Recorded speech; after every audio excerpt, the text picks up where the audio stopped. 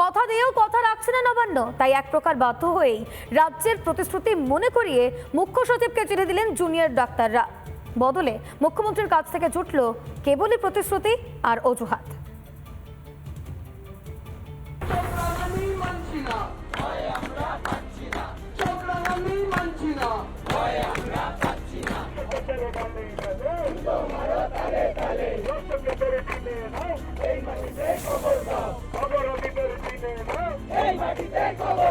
দেখুন, আপনি যদি আজকেই আমাদের সিকিউরিটি চান, আমি আজকেই দিতে পারবো না, আমার অত ম্যান পাওয়ার নেই।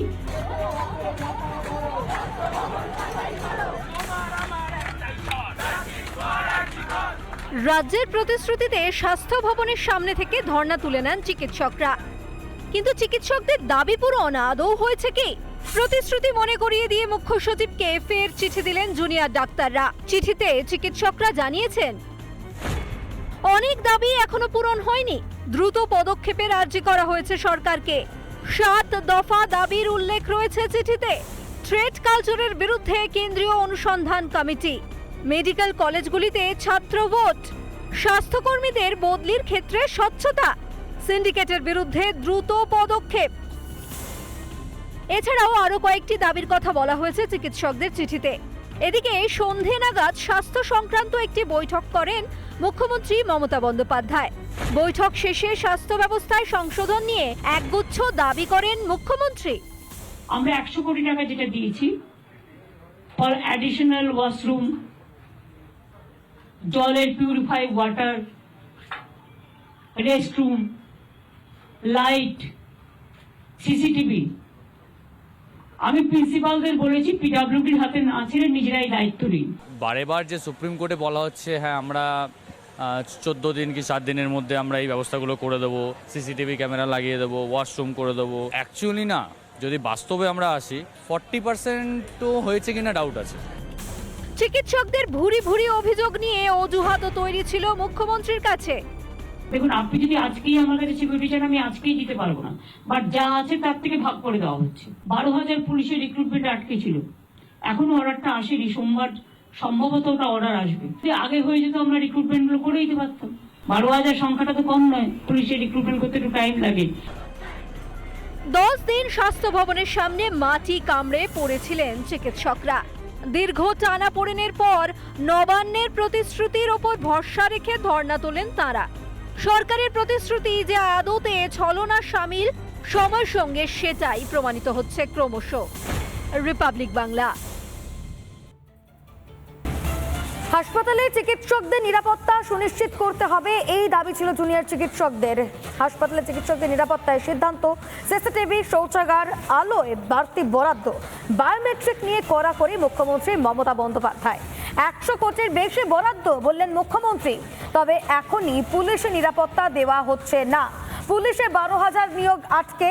রোগী কল্যাণ সমিতির চেয়ারম্যান হচ্ছেন কলেজের অধ্যক্ষ। দ্রুত চালু রাত্রি সাথী অ্যাপ বললেন মুখ্যমন্ত্রী মমতা বন্দ্যোপাধ্যায়।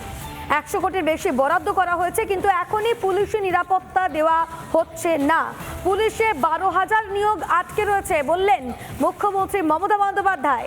এরই পাশাপাশি রোগী কল্যাণ সমিতির চেয়ারম্যান হচ্ছেন কলেজের অধ্যক্ষ। দ্রুত চালু হবে রাত্রি সাথী অ্যাপ, এমনটাও জানিয়েছেন মুখ্যমন্ত্রী। এটি কি বলেছেন তিনি, শোনাই আপনাদের। দেখুন, আপনি যদি আজকেই আমাদের সিকিউরিটি চান, আমি আজকেই দিতে পারবো না, বাট যা আছে তার থেকে ভাগ করে দেওয়া হচ্ছে। তারপরে আস্তে আস্তে সিকিউরিটি অডিট করে, এই তো রিক্রুটমেন্ট দেখুন কত হাজার আটকে ছিল, 12,000 পুলিশের রিক্রুটমেন্ট আটকে ছিল, এখনো অর্ডারটা আসেনি। সোমবার সম্ভবত ওটা অর্ডার আসবে। এগুলো যদি আগে হয়ে যেত আমরা রিক্রুটমেন্ট গুলো করে দিতে পারতাম। 12,000 সংখ্যাটা তো কম নয়, পুলিশের রিক্রুটমেন্ট করতে একটু টাইম লাগে। তাও আমি বলেছি বেশি টাইম না নিয়ে ডাক্তাররা, যেমন আমি এখন অ্যালাউ করে দিয়েছি, যারা পিজিটি করে মনে করুন, বা এমএস করে, এমডি করে, নানা রকম আছে, তো তারা ডাব্লিউবি মানে ইন্টার্ন করবার পর তাদের আমি বলেছি তারা পড়াশোনাও করবে, আবার তারা চিকিৎসাটাও করবে। সেরকম পুলিশের ডিউটিও করবে, আবার ট্রেনিংটাও নেবে। এইটা করলে আমরা কাজগুলো ওই 3 মাস 6 মাসের ট্রেনিং দেওয়ার প্রয়োজন নেই, কারণ আমার অত ম্যান পাওয়ার নেই। ম্যান পাওয়ারটা সব জায়গায় দিতে হয়। কাণ্ডের প্রতিবাদে বামেদের কলকাতা চলো কর্মসূচি। পার্ক স্ট্রিট হাওড়া থেকে মিছিল এসে মিশল ধর্মতলায়। সমাবেশ মঞ্চ থেকে লড়াই জারি রাখার বার্তা দিলেন মীনাক্ষীরা।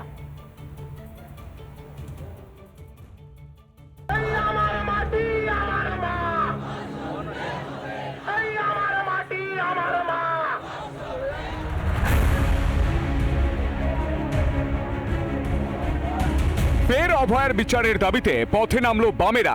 বাম ছাত্র যুব ও মহিলা সংগঠনের ডাকে কলকাতার মিছিলে যোগদান হাজার হাজার বাম কর্মী সমর্থকের। দোষীদের শাস্তির দাবিতে সরব হয়েছে বাম ছাত্র যুব ও মহিলা সংগঠন। তাদের দাবি, এই আন্দোলন করতে গিয়ে বহু আন্দোলনকারীকে মিথ্যা মামলায় ফাঁসানো হয়েছে, তাদের গ্রেফতার করা হয়েছে। দ্রুত তাদের মুক্তির দাবি করছেন এবং সেই দাবিগুলি নিয়েই আজকে তারা কলকাতা চলো অভিযানের ডাক দিয়েছে। এই মুহূর্তে শিয়ালদা স্টেশন থেকে সেই মিছিল শুরু হয়েছে এবং তারা ধর্মতলার দিকে ক্রমশ অগ্রসর হচ্ছেন। এই ঘটনার সাথে যারা যারা জড়িত তাদের প্রত্যেককে অবিলম্বে গ্রেপ্তার করে দৃষ্টান্তমূলক শাস্তি দেওয়ার দাবিতে প্রথম দিন থেকে আমরা রাস্তায় আছি, আমরা রাস্তায় থাকবো যতদিন পর্যন্ত সুবিচার না আসছে। প্রায় 50 দিন হতে চলল অভয়ার ধর্ষণ ও খুনের কিনারা হয়নি, তাই আরও একবার রাজপথ থেকে ন্যায় বিচারের জন্য আওয়াজ তুলল বাম ছাত্র যুবরা।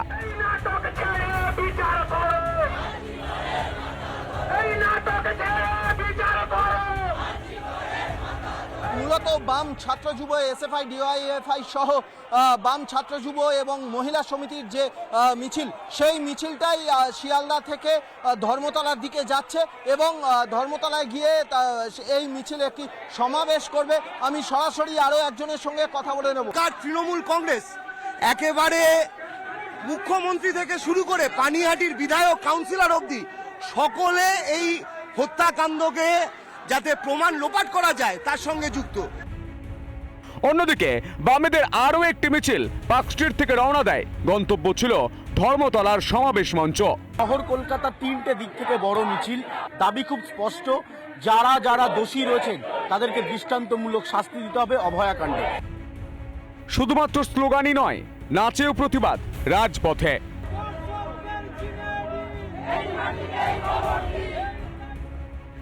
ধর্মতলার সভামঞ্চ থেকে বাংলার নারী নিরাপত্তা নিয়ে সরকারকে তীব্র আক্রমণ করেন মীনাক্ষী মুখার্জি। ভবিষ্যতে সহবাস হবে, তারপর কোটি টাকায় বিক্রি হবে। शरीर का एक एक टुकड़ा काट कर बेच देगा ये लोग। ये है पश्चिम बंगेर स्वास्थ्य दफ्तर। এইটা হবে। এদিকে আরজিকর কাণ্ডের প্রতিবাদে সিপিএম এর জোড়া মিছিলে অনুমতি দেয়নি পুলিশ, যার জেরে কলকাতা হাইকোর্টে দ্বারস্থ হয়েছে তারা। শুক্রবার সেই মামলা শুনবে আদালত। অভয়ার ন্যায় বিচারের দাবি ভুলে উৎসবে যেতে বলেছে শাসক। 31 বছর বয়সী তরুণী চিকিৎসকের যন্ত্রণা ভোলা এত সহজ নয়। রাজপথে ওঠা স্লোগান মনে করিয়ে দিচ্ছে দ্রোহকালের এই তো সবে শুরু। রিপাবলিক বাংলা। আমি 2 মাস ধর্মতলা চত্বরে জমায়েতে নিষেধাজ্ঞা। সিপির স্বাক্ষরিত বিজ্ঞপ্তিতে চ্যালেঞ্জ করে হাইকোর্টের মামলা। আরজিকর কাণ্ডের প্রতিবাদ ঠেকাতেই সমাবেশ বন্ধ করতে চাইছে পুলিশ। দুর্গাপুজোয় কি মানুষ রাস্তায় বেরোবে না? মণ্ডপে বসে গল্প করাও কি নিষিদ্ধ? প্রশ্ন মামলাকারীর। আমি অনুরোধ করব, পুজোতে ফিরে আসুন, উৎসবে ফিরে আসুন।